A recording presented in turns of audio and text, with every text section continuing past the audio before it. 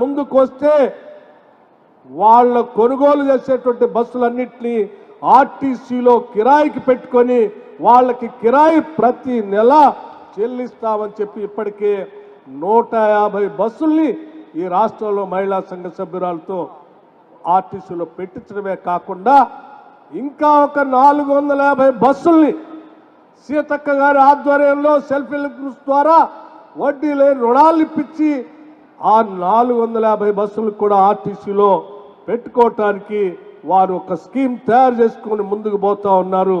ఈ రాష్ట్రంలో మహిళలు మహాలక్ష్ములుగా ఉండాలనేదే రాష్ట్ర ప్రభుత్వం యొక్క ఆశ ఆలోచన.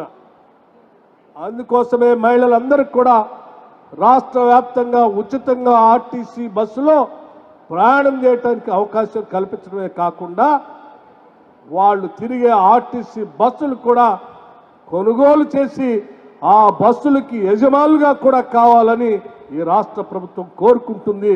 దానికి కావలసిన వడ్డీ లేని రుణాల్ని ఈరోజు డ్వాక్రా సంఘాల ద్వారా ఇచ్చే ఏర్పాటు కూడా చేస్తాం.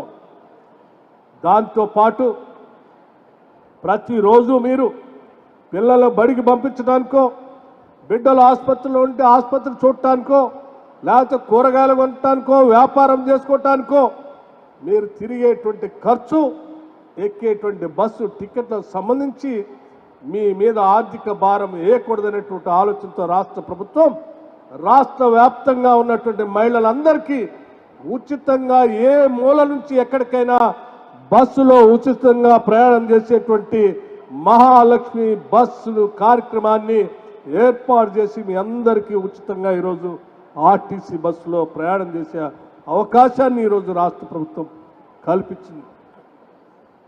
చాలామంది అనుకుంటుండొచ్చు ఉచితంగా ఆర్టీసీ బస్సే కదా అని.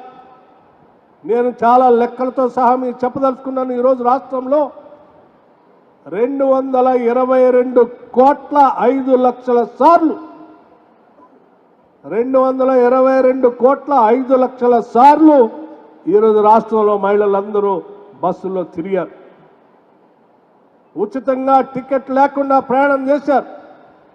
దానికి సంబంధించి రాష్ట్ర ప్రభుత్వం మీ తరఫున మీరు కొనుగోలు చేసే టికెట్లు మీరు కట్టకుండా రాష్ట్ర ప్రభుత్వ ఆర్థిక శాఖ ఆర్టీసీకి 7,422 కోట్లు ఈ రాష్ట్ర ప్రభుత్వం మీ అందరి తరఫున ఆర్టీసీ శాఖకి డబ్బులు కట్టాం. అంటే ఈ రాష్ట్రంలో ఉన్న మహిళలందరికీ ఈ సంవత్సర కాలంలో దాదాపు 7,422 కోట్ల రూపాయలు మీకు ఆదా అయ్యేటట్టుగా రాష్ట్ర ప్రభుత్వం చేసింది. ఈ కార్యక్రమాన్ని విరివిగా ఉపయోగించుకోవాల్సిందిగా, తద్వారా మీరు చేసేటువంటి ఈ వడ్డీ లేని రుణాలతో చేసేటువంటి వ్యాపారానికి కావాల్సిన ప్రయాణం ఉచితంగా జరిగి వ్యాపారం పెద్ద ఎత్తున వృద్ధి చెందాలని చెప్పి మనస్ఫూర్తిగా కోరుకుంటున్నాం. అంతేకాదు ఈరోజు రాష్ట్ర వ్యాప్తంగా పేద బడుగు బలహీన వర్గాలకు మధ్యతరగతి కుటుంబాలకు సంబంధించినటువంటి వారందరికీ 10 లక్షల రూపాయలతో రాజీవ్ ఆరోగ్యశ్రీ కార్యక్రమాన్ని ఇచ్చాం. మీరందరూ మీ కుటుంబాలు ఈరోజు కుటుంబం సంవత్సరంలో 10 లక్షల రూపాయల వరకు ఏ కార్పొరేట్ ఆసుపత్రికైనా వెళ్ళి వైద్యం చేయించుకునేటువంటి పరిస్థితిని ఈరోజు రాష్ట్ర ప్రభుత్వం మీ అందరికీ కల్పించింది. దాంతోపాటు రాష్ట్ర వ్యాప్తంగా ఉన్నటువంటి కుటుంబాలకు ఇవాళ సన్న బియ్యం అనేటువంటి కార్యక్రమాన్ని చేపట్టి దాదాపు 96 లక్షల కుటుంబాలకు ఇవాళ సన్న బియ్యం రేషన్ కార్డ్స్ ద్వారా అందిస్తూ ఇప్పుడే మిత్రుడు పొన్నం ప్రభాకర్ గారు చెప్పారు. దాదాపు 41,000 కొత్త రేషన్ కార్డుల్ని ఇక్కడ ఇచ్చారని. ఆలోచించే 10 సంవత్సరాలు పెళ్లిళ్ళు అయినటువంటి వాళ్ళు రేషన్ కార్డు కోసం తిరిగి అలసిపోయారు తప్ప ఆనాటి ప్రభుత్వం కొత్త రేషన్ కార్డులు ఇవ్వాలని ఆలోచన చేయలేదు. ఈరోజు ఈ ప్రభుత్వం కొత్త రేషన్ కార్డులు ఇవ్వటమే కాదు, కొత్తగా పెళ్ళైనటువంటి వాళ్ళని కొత్త కుటుంబంగా గుర్తిస్తూ వాళ్ళ కార్డు ఇస్తూ ఆ ఇంట్లో ఒక్కొక్కళ్ళకి 6 కేజీల లెక్క సన్న బియ్యం. అంటే సన్న బియ్యం ఖరీదు బయట కేజీ 55 నుంచి 58 రూపాయలు ఉంటే ఇవాళ ఆ సన్న బియ్యాన్ని ఒక్కొక్క మనిషికి నెలకి 6 కేజీల లెక్క ఎంతమంది ఉంటే ఆ ఇంట్లో అందరికీ లెక్కగట్టి ఉచితంగా బియ్యం ఇచ్చే కార్యక్రమాన్ని రాష్ట్ర ప్రభుత్వం పెద్ద ఎత్తున చేస్తూ ఉంది.